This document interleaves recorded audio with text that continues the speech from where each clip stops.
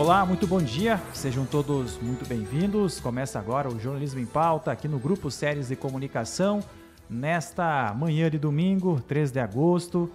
A equipe de jornalismo do Grupo Séries trazendo os fatos que aconteceram nessa última semana aqui no Brasil e no mundo, como também fatos do nosso cotidiano, do dia a dia, aqui próximo da gente, que também vamos trazer para debater e conversar. E claro que você é o nosso convidado na Séries AM 1440, na Positivo FM 90.9 e pela página do YouTube do Grupo Séries de Comunicação, @canal Grupo Séries. Claro que hoje também é dia de evento, dia de carreata de São Cristóvão, tem missa, festa religiosa no dia de hoje, no bairro Industrial. Daqui a pouco também o Grupo Séries estará realizando a cobertura deste evento festivo e religioso aqui no município. Sou Felipe Keller, ao meu lado está a Jéssica Gomes. Tudo bem, Jéssica? Bom dia. Bom dia, Felipe. Muito bom dia, Daiane, ao Antônio Sadi, também a Luísa, aos nossos ouvintes, a quem nos acompanha também no nosso canal no YouTube, no @canal Grupo Séries. Estamos aí para mais um domingo, muito debate. Daqui a pouquinho a gente tem a nossa carreata também. A missa a partir das 10h30 da manhã com transmissão no nosso YouTube. Também você pode acompanhar pela Séries AM 1440. Então a expectativa para esse mês de agosto, que seja um mês muito abençoado para todos nós. Bom dia, Daiane. Domingo, seja bem-vinda. Muito bom dia, Felipe. Bom dia, Jéssica, Sadi, Luísa, a todos os nossos ouvintes. Uma alegria estar aqui em mais um domingo, também trazendo as principais informações e logo mais se preparando para fazer a cobertura, então, da procissão de São Cristóvão com colonos e motoristas e trazendo um pouquinho mais, contando essas histórias. Então, o pessoal pode acompanhar também pelas nossas redes sociais, que a gente vai estar trazendo todas essas entrevistas. Antônio Sadi Ribas, seja muito bem-vindo. Mais um domingo. Vamos comentar aí alguns fatos que aconteceram nos últimos dias. Bom dia. Bom dia, Felipe. Bom dia para ti, bom dia para Jéssica, para Daiane, para Luísa. Bom dia especial para os nossos amigos ouvintes aqui do Grupo Séries, né, que sempre estão conosco nesse domingo, ou nos domingos, né? Nesse mês que, afinal de contas, é um mês simbólico, cheio de simbologias, né? E o agosto, então, tem tudo isso para a gente encarar aí pela frente. Vamos embora, né? Vamos que vamos. Que não seja do desgosto, né, Sadi? Que não seja do desgosto, exatamente. Tem e também que ninguém assim. fique louco, nem os cachorros. Que ninguém fique louco, porque, né? Agosto.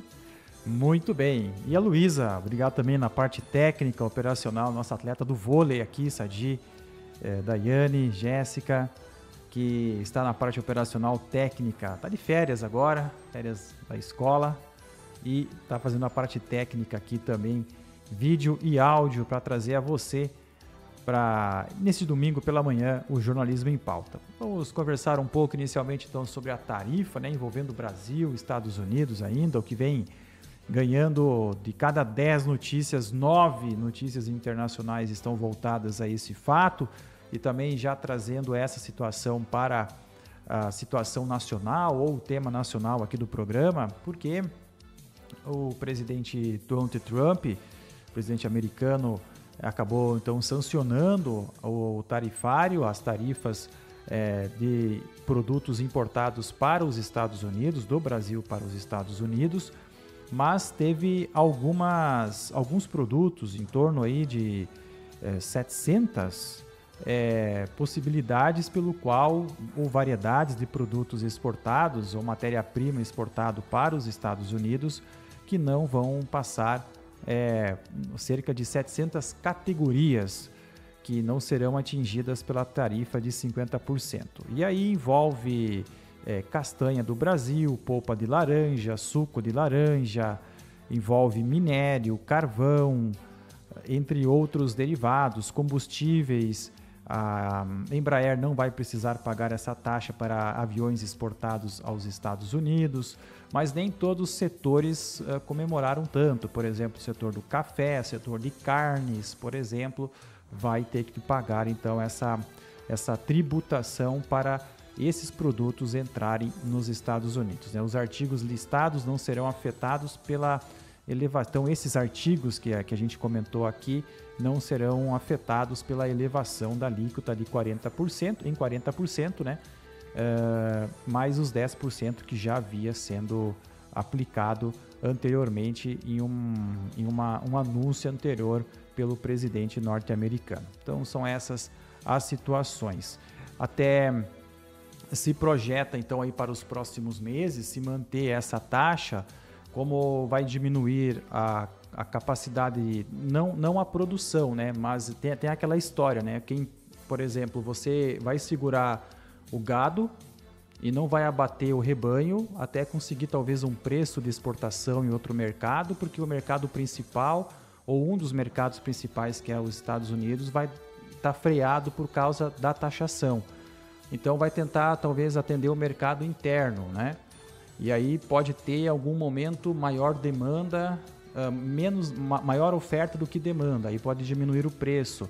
Talvez o preço suba um pouco, se caso diminuir até o Natal, porque no Natal tem um aumento de consumo também, muitas festas de final de ano, por exemplo, etc. Talvez nós possamos ter as festas de final do ano um pouco mais baratas, de algum aspecto, com relação a carnes, por exemplo.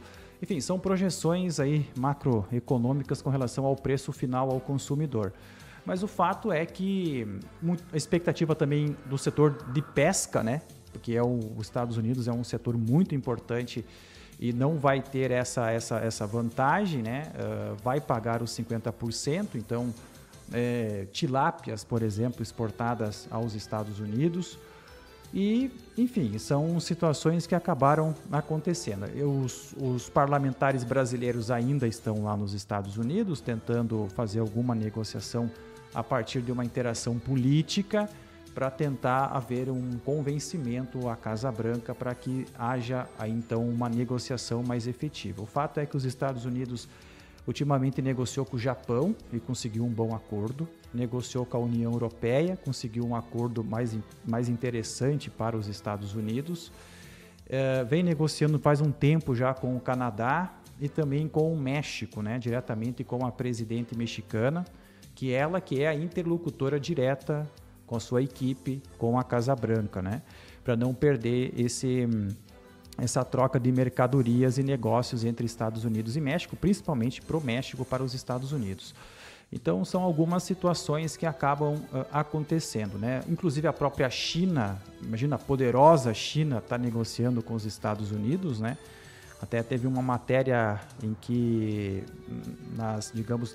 nos portos assim, de exportação de produto, tinha selo coreano em produto chinês para não ser taxado, né? Uma coisa assim. Então, ou seja, veja que a coisa não é fácil para ninguém, nem para a China é fácil, né?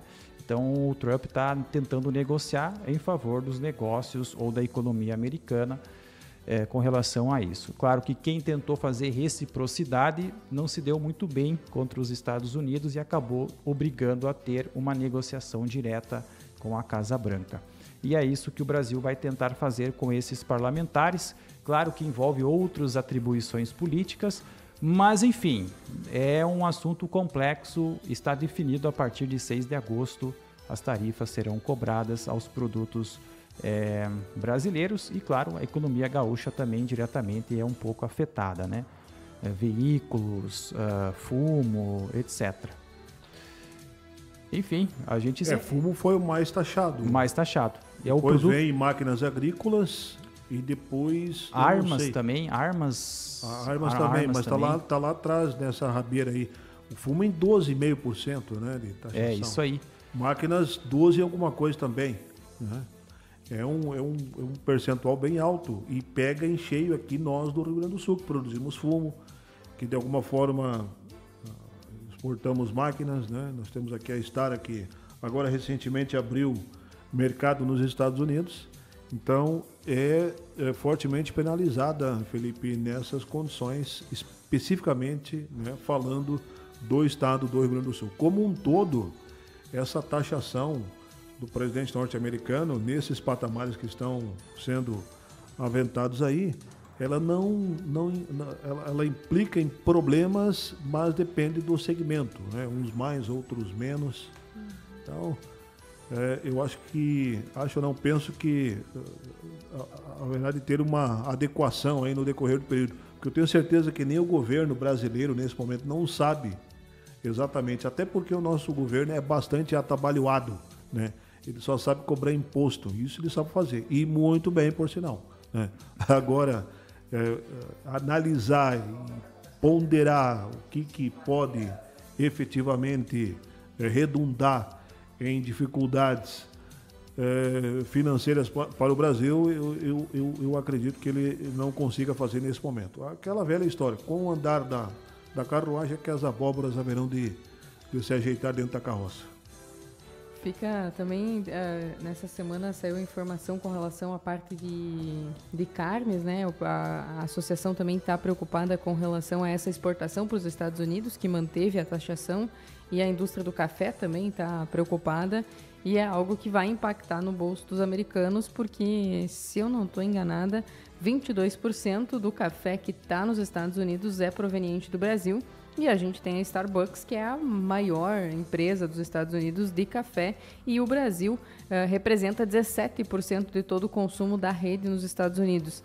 E, com certeza, a rede vai repassar isso para os consumidores. Então, provavelmente, nessa prorrogação que o Trump deu aí até o próximo dia 6 de agosto, né, para efetivamente aplicar as sanções, deve ter mais produtos entrando nessa lista de exceções, porque as coisas vão ficar mais caras também para o lado americano. Então, e o pessoal aqui também está comentando com relação a reverter a questão para o mercado interno, que vai acabar tendo mais carne também no mercado nacional.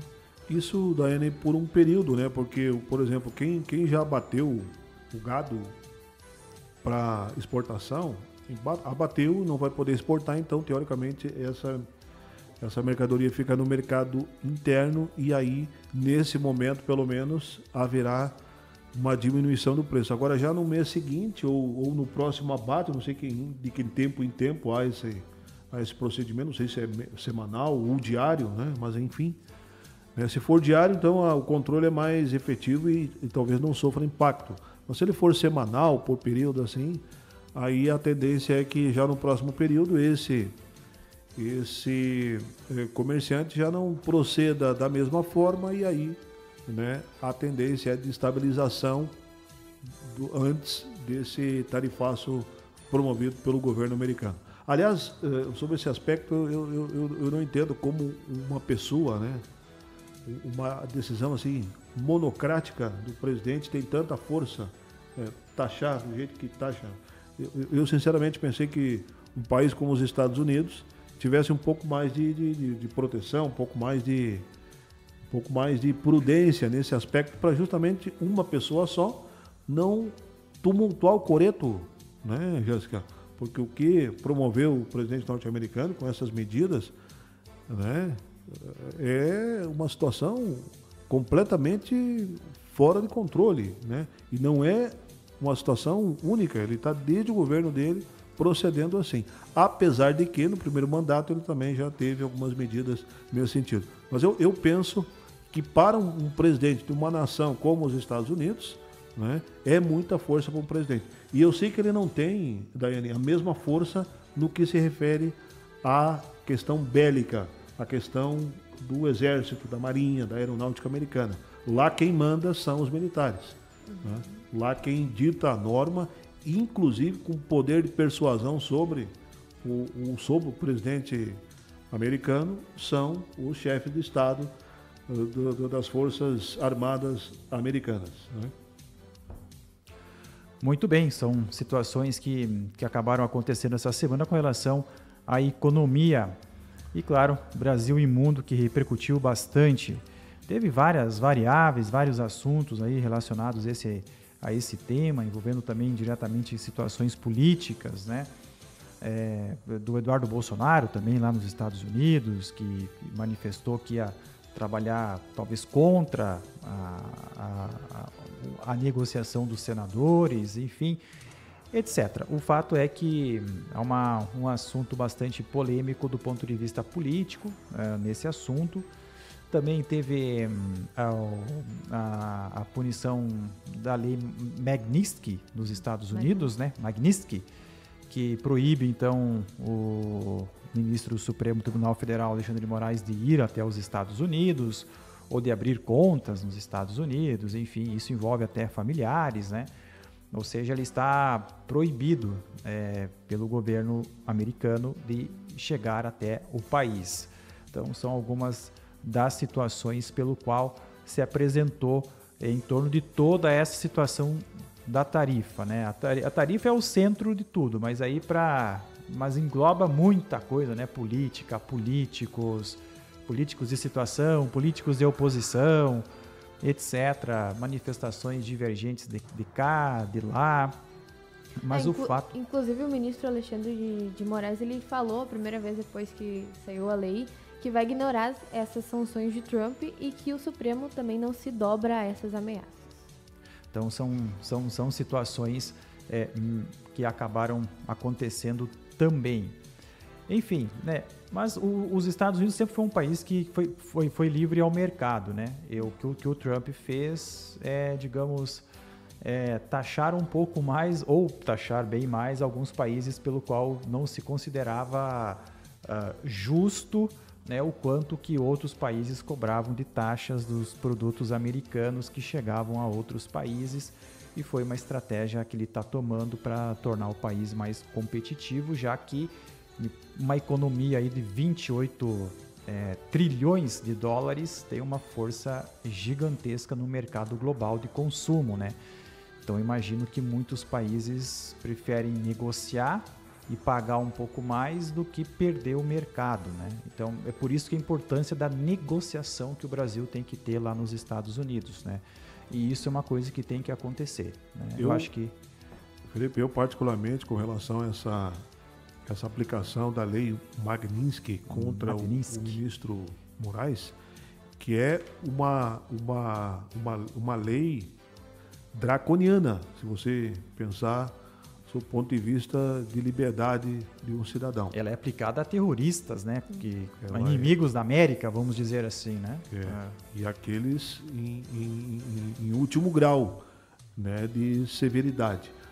Agora, não teve tanta ressonância assim entre os ministros que compõem, os 11 ministros que compõem o nosso STF, o nosso Supremo Tribunal Federal, a não ser alguns ativistas, né, ali que manifestaram apoio a ele, mas de resto não foi esse apoio unânime que talvez até o ministro Moraes esperasse dos seus companheiros, né, de toga. Agora, eu muito particularmente, Jéssica, tenho uma expectativa porque o nosso Congresso Nacional está em recesso, né? E quem deve ponderar, quem deve limitar as ações do nosso STF, do Supremo Tribunal Federal, são os senadores, né, que defendem os estados. E eu estou curioso para saber... Confesso que não entendo esse recesso de meio de ano. Esse recesso de meio de ano, não consigo ver necessidade dele, né? Parar... Não faz muito sentido, né? Não sei por que parar em agosto, enfim... Pois é, mas enfim, eles têm, né? Tá lá na Carta Magna, infelizmente, que eles podem proceder assim e usam, né, desse benefício aí para se locupletar, então, na parte que se refere ao não comparecimento às sessões. Mas aí que, como eu disse, que se reveste toda a minha expectativa com relação a manifestação que haverão de ter, porque nós cobramos das aberrações e dos excessos que o Moraes tomou e praticou, né? A gente sempre esperava que alguma reação igual ou contrária acontecesse, né? Com quem poderia contê-lo, que são então os senadores. Isso não ocorreu, não se viu, porque o ministro Moraes, e aí que na minha opinião reside o problema, ele foi de peça acusatória a julgador e acusador, né? Acusador, relator e acusador, quer dizer, ele teve nas três frentes, né? E isso o nosso jargão jurídico não permite, né? Ele não recomenda, não é de bom alvitre. Não está respeitando o devido processo legal. Não é de bom alvitre que se proceda assim, correndo o risco de justamente ser empichado, ser impeachmentado, né?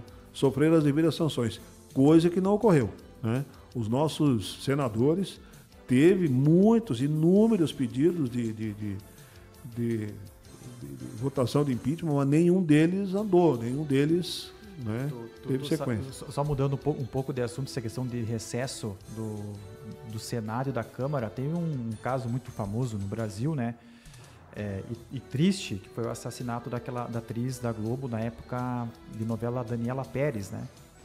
E a mãe dela, a Glória Pérez, se uniu para formar um projeto com relação à violência contra a mulher, enfim, violência aqui no Brasil.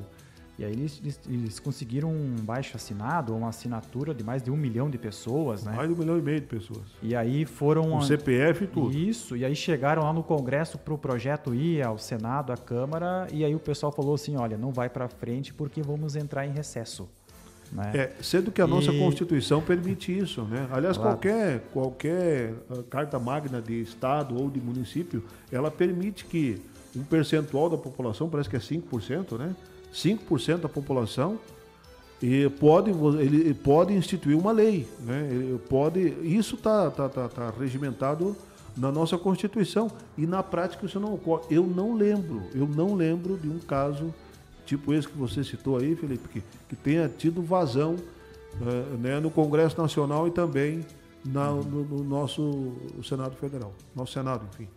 Então, o Senado Federal. Isso chamou a atenção da época, né? Porque a lei era muito branda na época, até acho que a lei é branda hoje ainda, mas chamou a atenção com toda aquela comoção popular com relação a um caso de violência. Não houve uma atenção política sobre um fato que todo o país estava vendo que estava errado, que deveria ter uma lei ou pelo menos uma projeção de pena maior sobre sequestro seguido de morte, como foi o caso ali da Daniela na época. Né? E dali para trás só recrudesceu essa violência contra a mulher, né? Basta dizer que esse ano aí, acho que é o ano mais severo no que se refere aos casos de feminicídio. Aqui no estado, então, é terrível a situação. Agora, recentemente, ali lá em Roraima, parece que foi um brutamonte lá, desferiu 61 socos no rosto de uma mulher. Foi no elevador? Foi no elevador. Um troço horrendo. E, bom, isso não tirou a vida da mulher, mas deixou a mulher sequelada. Mas nós temos aqui no estado, nesse ano aí, eu não sei precisar o número de casos, mas inúmeros casos de feminicídio. É impressionante. Casos assim de uma prepotência, né, sem tamanho do homem na comparação com a sua companheira mulher. É impressionante. Mas aí vai pelo Brasil todo. Nesses casos, a medida protetiva não serve mais, só com tornozeleira mesmo que não esteja condenado, porque aí pelo menos as autoridades sabem onde o indivíduo está. Né? E em grandes cidades aqui a gente consegue, enfim, municípios menores se tem um certo controle maior. Mas pensa o número de medidas protetivas que existem em uma capital como São Paulo, ou mesmo Porto Alegre, vamos deixar isso mais perto. Como que a Brigada Militar vai ter controle, vai chegar a tempo e vai impedir que o agressor, que agora tem uma medida protetiva contra ele, chegue perto dessa mulher? A gente sabe que isso não é realmente efetivo e que um papel não vai impedir que isso aconteça. Tu não tem como controlar a atitude maluca de alguém que quer... E geralmente, enfim, a partir do momento em que se tem uma medida protetiva, a pessoa se torna ainda mais violenta por ter sido feita uma denúncia. Então, se agrava muito mais os casos. Que vem a questão da revolta, né? Engloba muito... Realmente o que o Felipe trouxe com relação às tornozeleiras eletrônicas é um caminho a ser seguido. Só trazendo o dado que o Sadi acabou relatando aqui pra gente, 4 mulheres são assassinadas por dia no Brasil. Eu não consegui achar o número até o momento, até o primeiro semestre de 2025, mas os dados que a gente tem é de 4 mulheres são assassinadas por dia aqui no que país. É absurdo, né? A nível de estado do Rio Grande do Sul, a gente teve uma redução do ano passado para esse ano de 15% com relação ao número de feminicídio. Mas, como a Jéssica trouxe, né, 4 mulheres por dia ainda é um número absurdo. Não é porque teve uma redução que isso é o número de feminicídio, né? A violência, no caso da moça que você citou, que inclusive vai ter que fazer reconstrução facial devido à agressividade, não conta como feminicídio, né? Foi tentativa de feminicídio, mas é violência. Mas ele queria matar a mulher, porque eu fiquei pensando, quando vi o vídeo... Mas como é que o cara É consegue? assustador. Do dia que ele tirou tanta raiva da Sadi, mulher?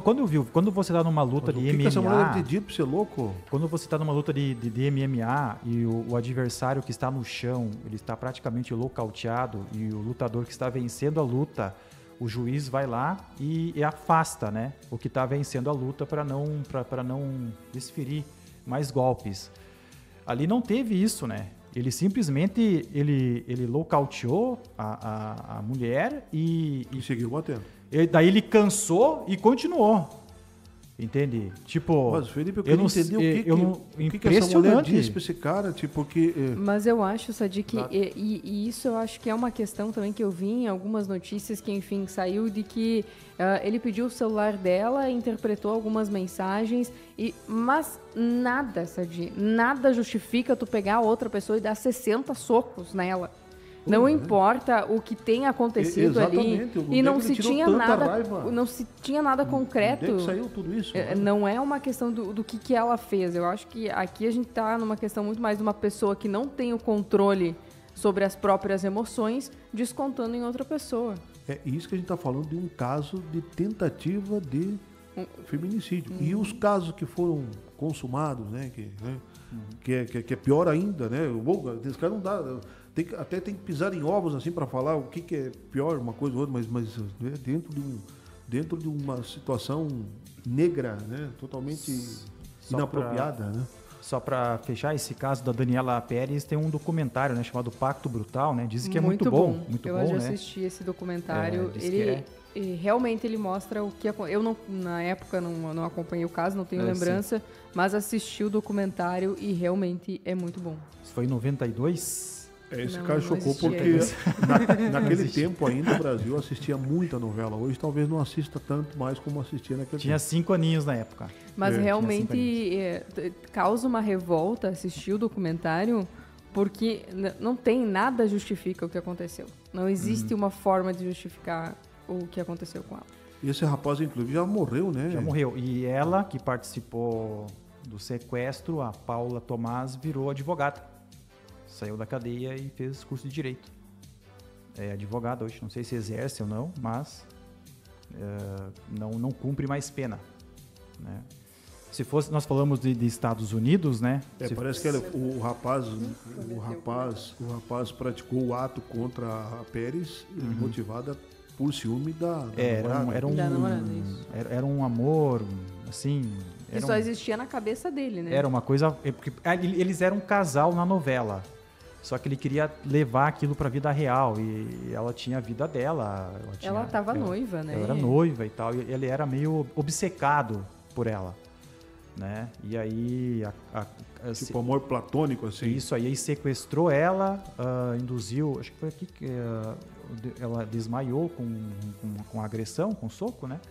E depois, daí acho que... Pois é, aí não seria o caso de matar, seria o caso de afagar a mulher, né? O cara vai lá e a solução para a questão é assassinar a mulher. Mas enfim, Felipe, olha... Então, enfim, a gente teve outros tantos casos, né? Como o caso Richthofen, né? Que depois a filha lá, que foi a mandante da morte dos pais... Também, enfim, eu acho que toda pessoa merece uma recuperação, mas no caso mandante e criminoso que mata, pra mim, eu sou meio... Criminoso e prisão perpétua. Que a gente tem aqui no Rio Grande do Sul do Boldrini, né? Isso aí, do Boldrini que enfim... e tantos outros casos aí, com bebês, etc. Enfim, são várias situações, mas... Não sei se pode mexer na Constituição e ter pena perpétua no Brasil, mas o limite de 30 anos, para mim, é insatisfatório como cidadão, só isso. Não é pelo seguinte, Felipe, porque quer ver, se tu pega 30 anos, o que diz o nosso Código Penal, você pode sair depois de cumprir 1/3 da pena, né? Isso. Esse que é o problema. Então, exemplo, aí você vai ter que ter bom comportamento dentro da prisão. Por exemplo, essa condenação, pegou 260 anos, não existe. Não existe. É que só cumpre 30, né? No Brasil só cumpre 30. Não existe essa 30, condenação. se pegar 300 anos, cumprindo 30, você sai. Só que se você pegar 200 anos, claro que você vai cumprir os 30. Mas se você pegar 30, você sai com 15. Isso. Né? Ou até menos. E aí você pode entrar na justiça depois de um certo tempo para tentar revogar a pena, para cumprir em casa e poder trabalhar e dormir à noite no presídio, etc. Então, enfim, são essas coisas que acabam acontecendo aqui no Brasil, que há contestações na sociedade. Seguimos em frente. Seguimos. A Luísa tonteou aqui de tanto ouvir a gente falar dessas coisas, porque realmente acho que eu nunca vivenciou isso. Né? Mas enfim, foi um momento mórbido aí do nosso jornalismo em pauta. Mas é um fato que veio à tona, mas é um fato que... Né, mas... É uma realidade que bate a nossa porta, está latente aí, né? Uhum. Seguindo aqui mais para o estado do Rio Grande do Sul, saindo um pouco mais nessa área, né? Essa semana nós tivemos aqui no estado a apresentação por parte da Emater do programa Terra Forte, né? Que é um programa de recuperação socioprodutiva, ambiental e incrementa aí ações em favor da agricultura familiar gaúcha, chamada Operação Terra Forte, para a recuperação produtiva das unidades de produção familiar. E aí, claro que vai ter um período de inscrições. Até tu comentou isso lá em Santo do Planalto, né? Viajando pela região essa semana. Eu e a Jéssica estivemos lá. A Jéssica esteve lá também. Aqui no Metoc teve essa semana. Foi no dia 29. O Vitor Grepp também já teve. Já teve, então não é abertura de crédito, né? É uma assistência técnica a partir... para tentar recuperar solo, fazer um planejamento da capacidade produtiva da propriedade rural para obter uma recuperação da capacidade de produção pós períodos de seca e também de enchentes que nós tivemos aqui no estado do Rio Grande do Sul, que é um programa de assistência técnica gratuito. O governo do estado, em matéria, envolve também os departamentos de agricultura desses municípios para organizar e ter a estrutura necessária para que esse programa seja efetivo, né, diretamente às propriedades, né. Aí tem toda a estrutura de maquinário que tem que ter, a questão estrutural pelo qual os municípios vão colaborar juntamente com a Emater, em parceria com o Estado, para que isso seja realmente algo benéfico, que aconteça na prática e traga resultado, né? Foi apresentado ao longo desta semana, aqui no estado do Rio Grande do Sul, em vários municípios. Espero que aconteça, espero que realmente na prática surja resultados, né? Felipe, o governo do estado, na pessoa do seu governador Eduardo Leite, está fazendo campanha já há um bom tempo. Ele tanto aproveita as manifestações via rede social para externar o seu pensamento, principalmente nessa questão que envolve as taxações do presidente Trump, essa briga polarizada entre Bolsonaro e o presidente Lula, e por vezes ele lança um programa como esse aí, que é talvez a parte mais positiva dessa campanha que ele faz. E isso sim, né, é uma medida que ela tem efeito prático, tem efeito de resultado. Agora, ela é incipiente ou quase incipiente, né, Felipe, no que se refere ao atendimento dos agricultores. Mas no contexto do seu propósito, que é de melhorar a condição do solo, que é de melhorar a vida do agricultor, do pequeno produtor principalmente, tem a Emater aí como fiadora, orientadora e também a gestora praticamente desse projeto, ela é toda de bom. Pena, Jéssica, como a gente viu lá, que são poucos os agricultores que podem se enquadrar no CAF, né? Que é a agricultura familiar. Eu esqueci agora, eu esqueci o nome do CAF, como é que se denomina? Mas a agricultura familiar, né? Que antes era um outro nome. Então, para se enquadrar ali... Cadastro Nacional da Agricultura Familiar. Cadastro, exatamente, da Agricultura Familiar. Esse é o CAF, então. O agricultor, para receber esses recursos, tanto do ano passado, que foi uma medida sobre calcário, 5 toneladas de calcário para agricultores, como também o milho 100% e também o programa Terra Forte, ele tem que estar enquadrado no CAF. E quando Por exemplo, e foi citado lá em Santo Antônio, um produtor que produz ovos, ele não se enquadra no CAF, porque passa de 500 mil a movimentação, não é a renda dele, mas é a movimentação dele, né? Não sei que período, não sei se é mensal, trimestral, mas enfim, ele já ultrapassa, é pequeno agricultor, tem dois galinheiros lá de frango, produz ovos e passa e já não pode se enquadrar no programa e ele perde. Mas enfim, né? Então tirando essa parte aí, o programa ele é muito bom e tem por objetivo então fomentar principalmente a agricultura familiar aqui no estado. Muito bem, ainda destacando aqui, falando de estado e também a nossa região, né? A Kellen Miller é a nova rainha do município de Colorado, evento que aconteceu no sábado retrasado, dia 26 de julho, e que, claro, teve também o lançamento da Expo Colorado, que vai acontecer no mês de setembro.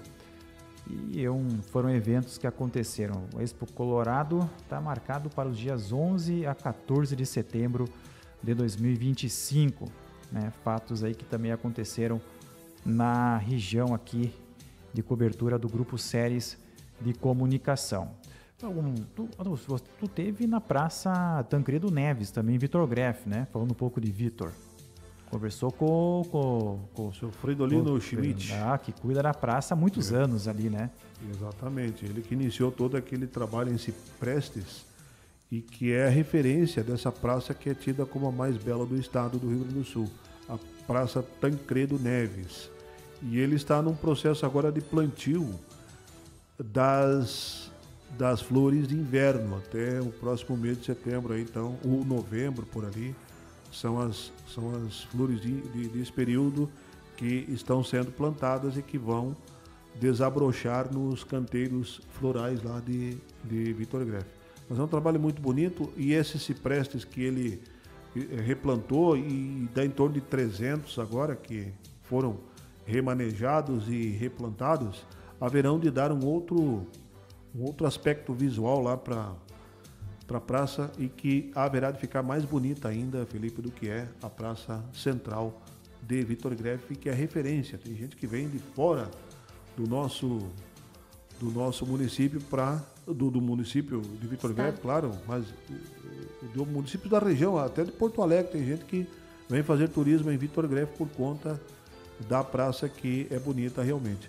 Aliás, na região aqui, Daiane, Jéssica e amigos, o Vitor Greff é o único município, e eu reputo que seja talvez a praça que tem ali, que consegue atrair algum turista para o seu município, por conta justamente desse investimento que se faz na Praça Central, desse investimento que se faz na parte de turismo. Não Me Toque agora talvez consiga alguma coisa também, que foi beneficiado com aquele programa que trata de melhorias aqui na praça, são 110 mil reais que Não Me Toque conseguiu, e haveremos de ter uma revitalização aqui da nossa Praça Central também, e aí talvez, quem sabe, a gente mude um pouco esse conceito que tem aí de não atrair pessoas aqui. E Não Me Toque já foi, em tempo atrás, quando o seu Adalípio Ran cuidava aqui a nossa praça, o saudoso Adalípio Ran, seu tatu, ele que implementou aqui esse preço, mas depois foram tirados e aí Não Me Toque perdeu essa referência e Vitor Greff assumiu todo esse contexto, então todo esse protagonismo.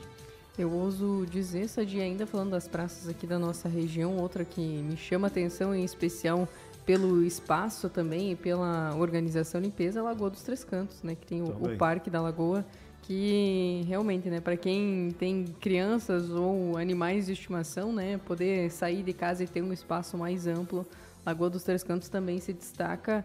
Claro, são praças bem diferentes uma da outra, mas aqui na região a gente tem belas praças realmente. E Não Me Toque, acho que vai entrar num caminho com o nosso lago lá. Tem, agora, exato, o caminho do lago. A nossa praça aqui, haveremos de gatinhar aí nessa questão de atrair pessoas para cá por conta das nossas belezas naturais. Que precisam de investimentos, né? Exato. Não é tão natural assim. Lagoa dos Três Cantos, que vai ter cavalgada, então, primeiro a cavalgada intermunicipal, né? 1º, 2 e 3 de agosto, e nesse final de semana que está acontecendo entre as atividades aí do município vizinho. A gente também falou um pouco de região, aqui mais em Não Me Toque, seguem as obras de forma contínua do novo traçado da RS 142 em frente ao Parque da Expo Direto Cotrijal, 1,5 km, um pouco mais, do desvio que vai acontecer em frente ao parque para ampliação, então, do Parque da Expo Direto.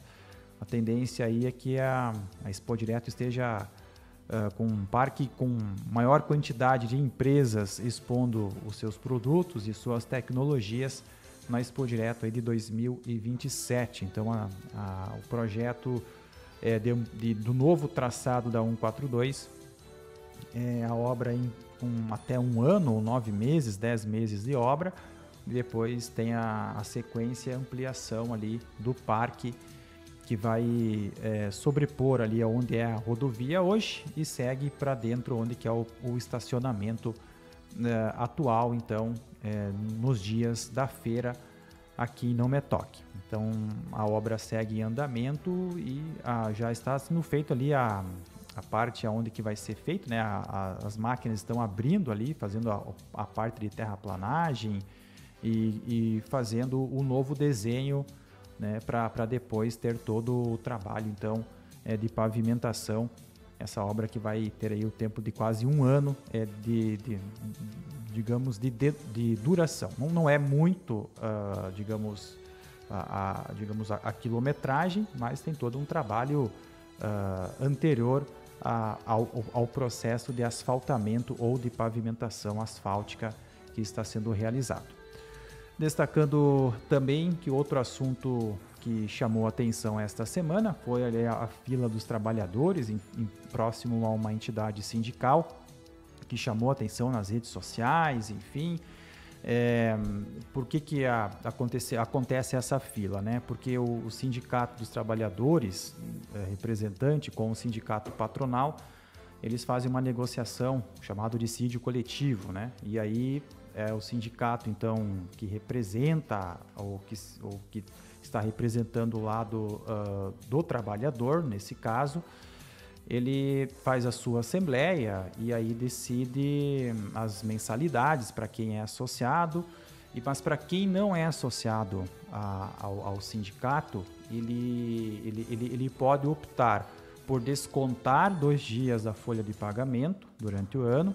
Isso acontece em agosto e novembro, ou ter que ir até a sede da entidade sindical para assinar, então, que não quer que seja descontado. Mas por que tem que ir? Porque houve uma ação no Supremo Tribunal Federal, pelo qual ele decidiu a favor dessas entidades sindicais, pelo qual o trabalhador ele tem que informar, então, a entidade que não quer fazer essa contribuição à entidade, né?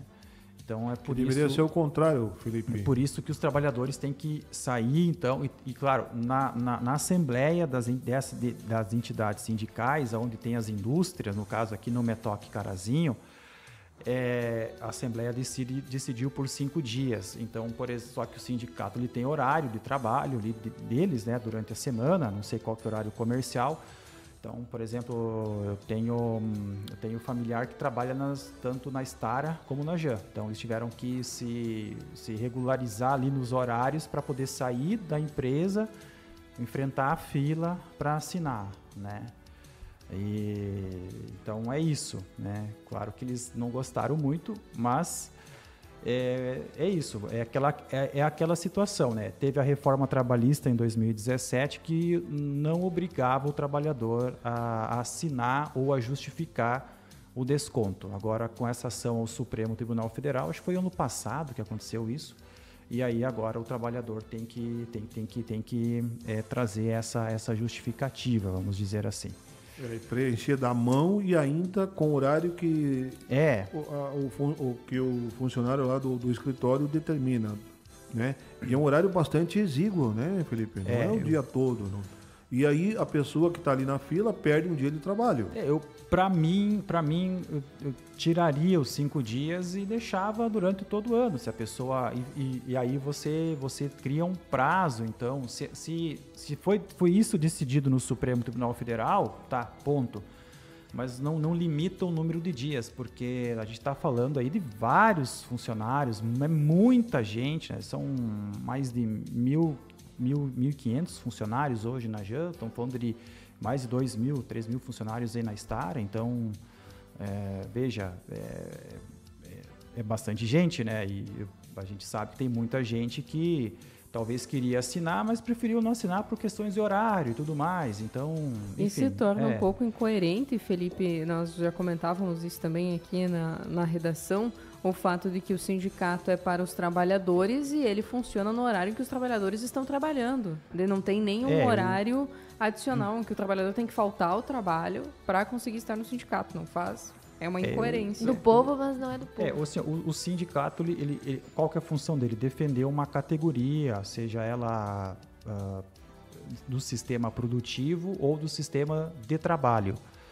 E ele mas é uma entidade privada, né? Que atua de acordo com as situações de trabalho no país.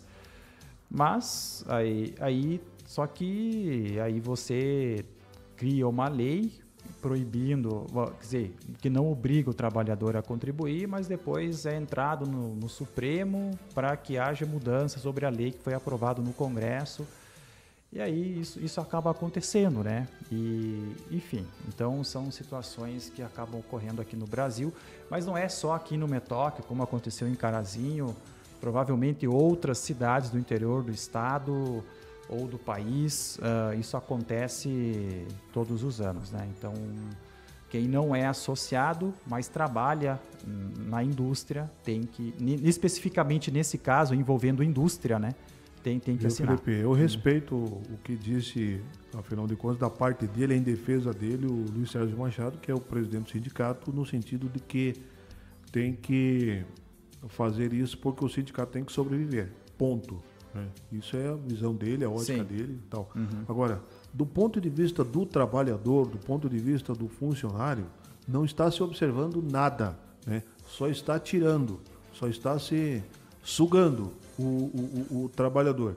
E ele, né, tendo que disponibilizar, então, 2, 4 dias do seu suor para um sindicato que, afinal de contas, representa ele de alguma forma, né?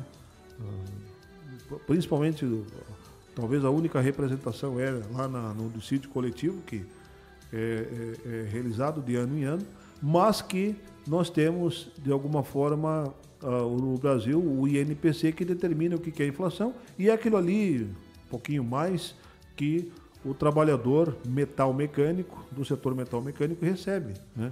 Não precisaria alguém lá bater pé, até porque, né, a indústria também não está lá em muito boas condições para dar alguma coisa. Eu acho que é uma situação, mas principalmente o que tem que se ver aí nesse aspecto é a parte do colaborador. Se o cara quer contribuir, beleza, quer contribuir, quer ser associado, beleza, então vai ser associado, vai lá e tal. Não, agora, se o cara não quer, ele não pode estar limitado. Até fiquei curioso de quantos % da classe trabalhadora da indústria no Metoque Carazinho é vinculado. Isso fiquei curioso até. Depois, assim, pensando, né? Eu fiquei pensando, mas quantos % será que são vinculados, assim, né? Para as entidades, no caso os sindicais, irem, por exemplo, à justiça para que haja essa contribuição, enfim, né? Isso foi uma pergunta que acabou surgindo, mas enfim, é uma situação que chamou a atenção, né? A fila chamou a atenção aí durante os 5 dias e isso foi, digamos assim, perspectível a olho nu, né? Do que aconteceu. E claro que aí gera repercussão, né? E aí a imprensa busca tentar entender o porquê que fatos como esse acabam acontecendo. Muito bem, chegamos na reta final do programa. E claro, até fazendo um parênteses, né? Conversei com um primo meu que trabalha na indústria aqui, ele pois é, eu tive que sair na hora do almoço, tive que ir lá e tal, perdi o almoço, tive que... Enfim, ele estava bravo, enfim, ele não curtiu muito a ideia de ter que ir na fila, por exemplo. Festa de São Cristóvão e reta final do Jornalismo em Pauta. Vocês estarão trabalhando daqui a pouco? Estaremos presentes. Estaremos. Jéssica vai estar acompanhando a missa na Quem que igreja vai do Mosteiro. correr atrás do caminhão? Eu e Hanna vamos na carona. Ah, é? Vamos de carona, vamos trazer história. A gente espera, né, que, né, dependendo do clima, o pessoal nos dê carona aí, porque a gente vai estar precisando para contar essas histórias aí.